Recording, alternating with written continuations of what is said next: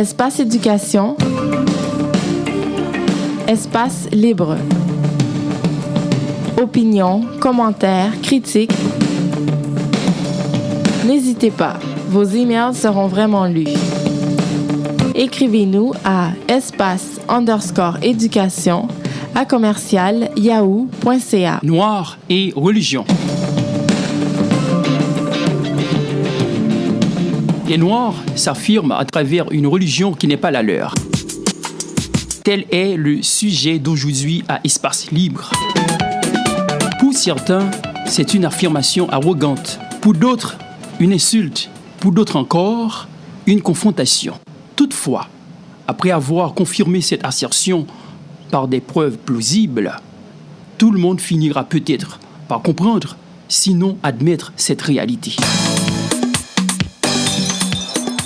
Après avoir lu minutieusement des ouvrages et participé également à des conférences traitant des sujets sur la religion, nous constatons que les Noirs sont toujours en grand nombre dans la religion. Cependant, ces derniers ont toujours été méprisés à l'intérieur même de cette institution. Dans l'hindouisme, la caste ayant la peau plus foncée est considérée comme rejeton de la société, ce qu'on appelle les intouchables. Les sunnites et les chiites rejettent catégoriquement les musulmans noirs, black muslims. Dans le judaïsme, les Éthiopiens ou les Falachas étaient considérés comme non-juifs à cause de leur couleur. Dans le christianisme, les Noirs étaient la proie de la colonisation. Dans cette religion, les Noirs symbolisent le prince des ténèbres ou le roi de la magie noire. Ainsi, tout cela nous amène à dire que les Noirs s'affirment à travers une religion qui n'est pas la leur.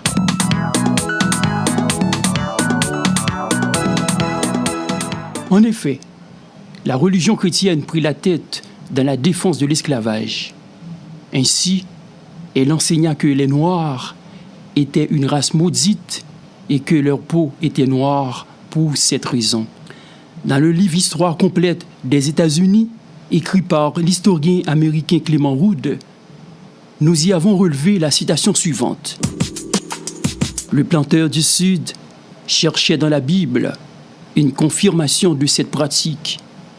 Il ne cessait d'affirmer que l'esclavage était non seulement approuvé, mais encore ordonné par la Bible et que Dieu l'avait établi pour le bien même des Noirs.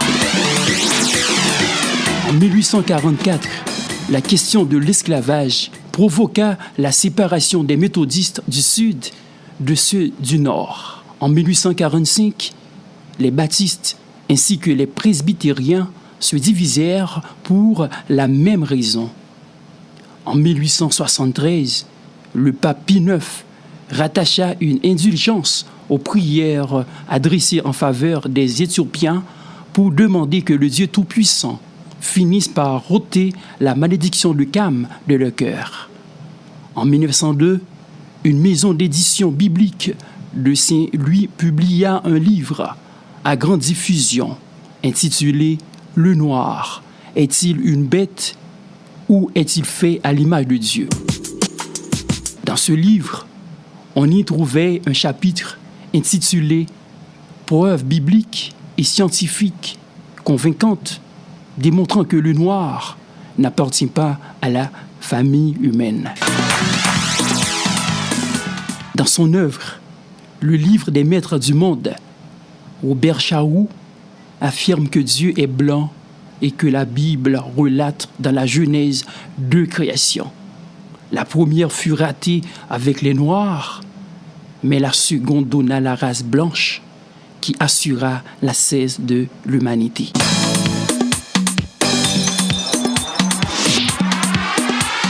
L'encyclopédie britannique commente ainsi cette déplorable attitude. Les Africains furent réduits en esclavage en Amérique par des chrétiens qui remodelèrent leur conception du noir pour ne voir en lui qu'un bien de consommation et non un être humain. Volume 16, page 200. En 1978, les témoins de Jéhovah publièrent un journal ayant pour titre « Les différences entre les races sont-elles importantes ?» À l'intérieur de ce périodique, on trouvait des sujets comme « Les Blancs sont-ils supérieurs aux Noirs ?» L'odeur corporelle de la race, la supériorité raciale existe-t-elle? Montesquieu montra comment les chrétiens raisonnaient. Selon eux, disait-il, il est impossible de croire que ces gens-là sont des hommes. Autrement, on douterait que nous sommes chrétiens. Dans la religion, les moments de Joseph Smith, les Noirs n'y étaient pas admis au début parce que ceux-ci étaient maudits par Dieu. Dans les années 70, à Montréal, les Blancs quittèrent certaines églises quand les Noirs commencèrent à y pénétrer. Aujourd'hui encore, les Noirs chrétiens sont en train de vivre le même mépris.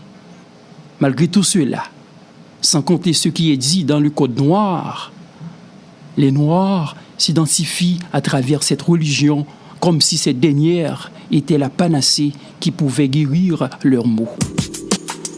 À ce propos, il faut entendre la remarquable constatation de notre ami Excada Lumumba. Et je cite, « Les Noirs se laissent drainer de n'importe quelle source. Ils se laissent transporter par des bateaux de n'importe quelle civilisation étrangère, de n'importe quelle destination, sans chercher à savoir si ces destinations sont bonnes ou mauvaises pour eux. Malgré les deuils, les blessures et les cicatrices qu'ils ont subies et vécues dans des traversées historiques, les Noirs ne portent pas attention à savoir si ces bateaux fonctionnent avec du mazout, de l'air, de l'eau ou avec leur sueur et leur sang. Être peuple, race et civilisation, page 3. Le paradoxe, et un terrible paradoxe, c'est que la majorité des Noirs, soi-disant instruits, ne sont pas conscients de cette dure réalité.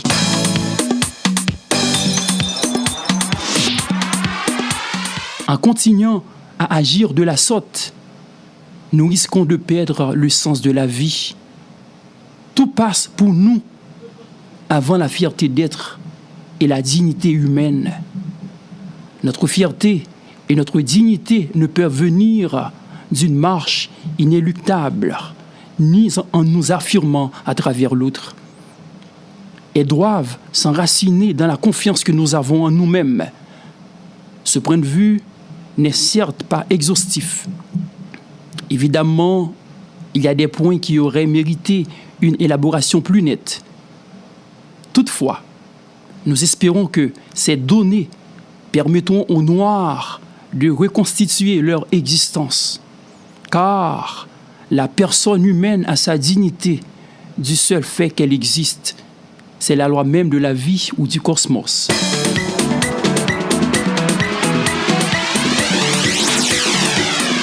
En un mot ou en mille, la justification d'un être humain ou d'un peuple, c'est la dignité qu'il se donne, la grandeur qu'il atteint, et le sens de sa propre grandeur a un nom.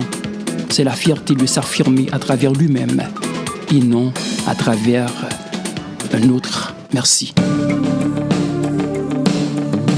Espace éducation. Espace libre. Opinions, commentaires, critiques. N'hésitez pas.